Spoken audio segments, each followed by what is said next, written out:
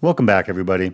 Legendary investor Charlie Munger passed away last week. And I know there's already been a ton of videos about it, but I was really just trying to find the right idea of how I wanted to talk about it. I was lucky enough to hear Warren and Charlie speak in person at the Berkshire Hathaway shareholders meeting earlier this year in Omaha. And actually, the reason that I went this year for the first time ever was because I was worried that there wasn't going to be that many more chances to be able to go see them. And unfortunately, that ended up being the case. Like many people, I'm sure, I learned about Charlie while learning about Warren. But over the years, I've come to really admire and appreciate Charlie's way of thinking and simply explaining the important parts of a concept. So in this video, we're going to listen mostly to Charlie and then talk about 3 simple rules for success in life and investing that I got from him. Lesson number 1, challenge your own thinking. Now, Charlie's talked many times about his methods to success, but one that comes up time and time again is the idea of inverting a problem to be able to understand it and solve it better. One of my favorite tricks is the inversion process. And I'll give you an example. When I was a meteorologist in World War II, they told me how to draw weather maps and predict the weather. But what I was actually doing is clearing pilots to take flights. And I just reversed the problem. I inverted. I said, suppose I wanted to kill a lot of pilots. What would be the easy way to do it? And I soon concluded that the only easy way to do it would be to get the planes into icing the planes couldn't handle, or to get the pilot to a place where he'd run out of fuel before he could safely land.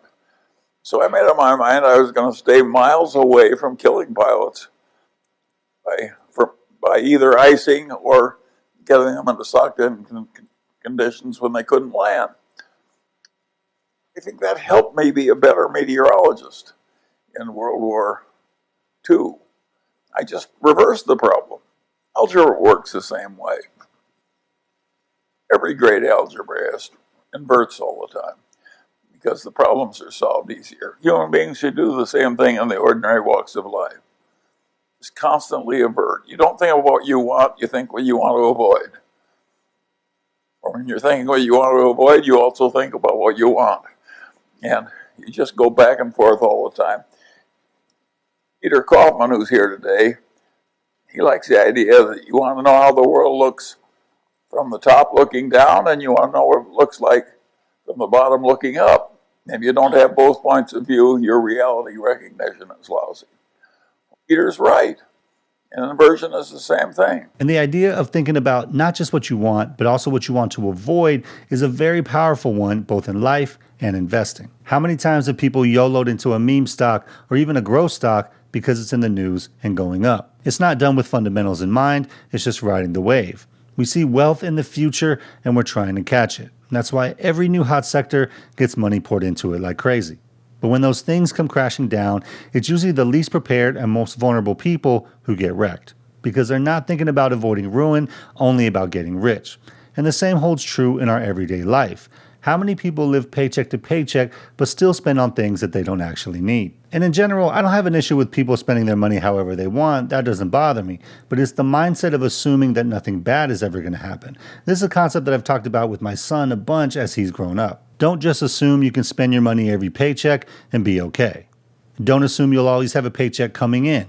And don't assume that life won't just happen to where you have an unexpected expense that wipes out your budget. So you might want those new Jordans, but you also want to avoid going into debt over a random flat tire. And when you start thinking about what you want to avoid in addition to what you want, you start making decisions a little bit differently, and usually for the better. Lesson number 2, numbers only tell part of the story. When it comes to investing, we all want to look at numbers. Everybody wants to know how much your portfolio is worth, what spreadsheets and formulas you use to evaluate a stock, how much you gained on that investment. This is one of the reasons why I've said before that I provide the spreadsheets that I use in my videos for free. And that's because I don't think there's any actual edge in a spreadsheet. The formulas are just going to spit out whatever assumptions you put into it. And you can easily do a Google search and find every valuation formula known to man.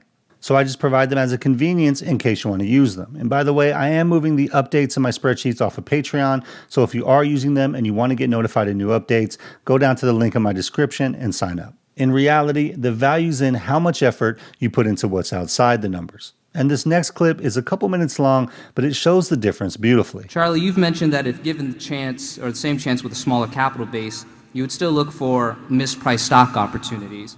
Of course. And that would be determined through, obviously, what we call the intrinsic value of the organization or the company in question, an aggregate of the discounted future cash flows. Would you work the arithmetic using a fictional data set to illustrate the mathematical principia to determine an intrinsic value? And I'd hope you include the comprehensive mental model of the key metrics considered, any qualitative assessments of the management, and any assumptions of its industry to determine the durability of its earning power. And Warren, same to that effect, would you also demonstrate or illustrate an arithmetic problem set using with a significant capital base and provide the object lessons on how those have changed from a small to a large capital base? Well, I can't give you a formulaic approach because I don't use one. And I just mix all the factors, and if the gap between value and price is not attractive, I go on to something else. And sometimes it's just quantitative. For instance, when Costco was selling at about 12 or 13 times earnings, I thought that was a ridiculously low value just because the competitive strength of the business was so great and it was so likely to keep doing better and better. But I can't reduce that to a formula for you. I liked the cheap real estate, I liked the competitive position, I liked the way the personnel system worked, I liked everything about it, and I thought, even though it's 3 times book or whatever it was then, that it's worth more. But that's not a formula that anybody... If you want a formula, you should go back to graduate school.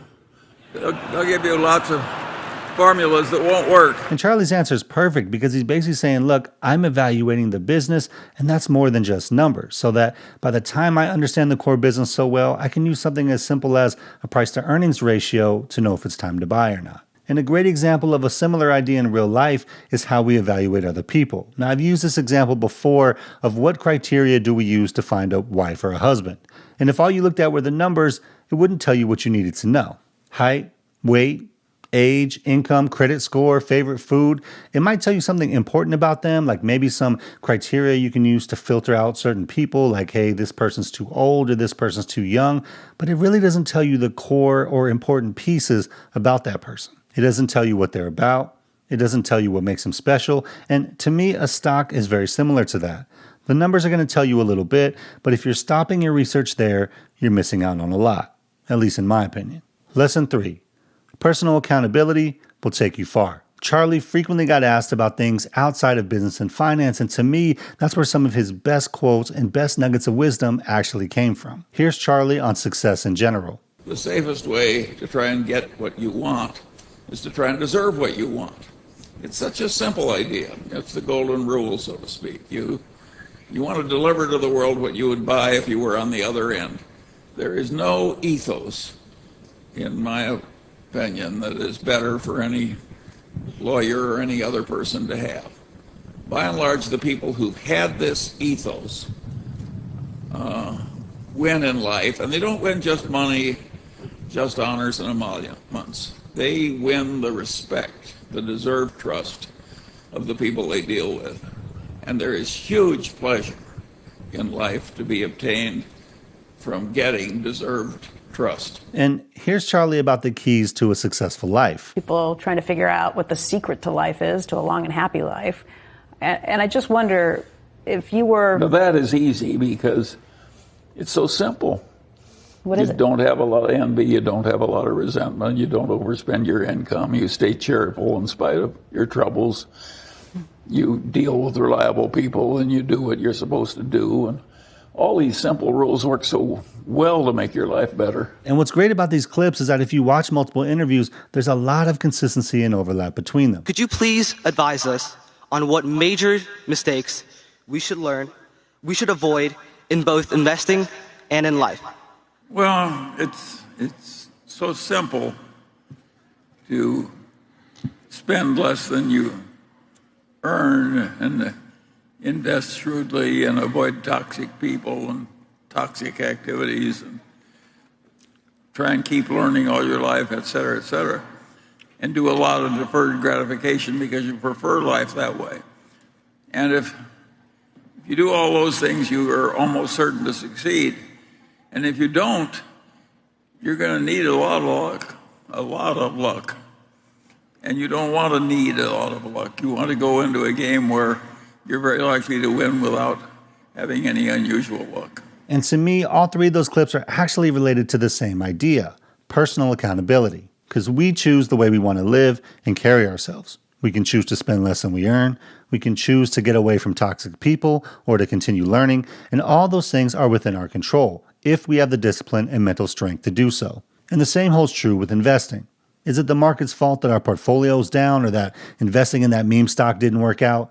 Ultimately, we're making the decisions with our money and accepting the potential outcomes that may happen. So when you really break it down, our willingness to hold ourselves accountable for the type of life that we want is probably the most important skill that we can develop over our lifetimes, because it drives the amount of work and effort you're willing to put into it. If you hold yourself accountable to the life you want to lead, the type of investor you want to be, and you do that over a decent period of time, you'll likely do very well and need a minimum amount of luck. And what I love about that perspective is that it really aligns with my own personal values and the way that I was raised. And unfortunately, I think it's something that's kind of gotten lost a little bit over time.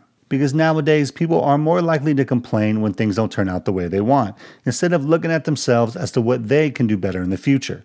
And that's a shame. But I know in my own experience, anytime I took personal accountability for my situation and I challenged myself to do better, I always made progress on those goals. So even if it didn't turn out exactly the way that I expected, it was still a better situation than I started from. And I really can't think of a better analogy for investing than that. So rest in peace, Charlie. Awesome investor, amazing guy. And thanks to the power of the internet, we'll get to continue learning from his countless interviews and speeches for years to come. In school, they don't teach you how to make and save money, not in high school or college.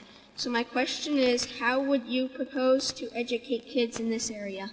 Well, I'd like to interject a word of caution. You sound like somebody who's likely to succeed at what you're trying to do. And that's not always a good idea.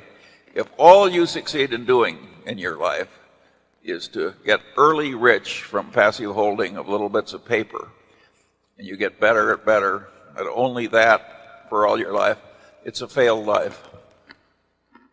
Life is more than being shrewd at passive wealth accumulation. Hope you guys have a great day out there. Financial independence is true freedom, so keep building and stacking wins, and I'll see you guys in the next one. Peace.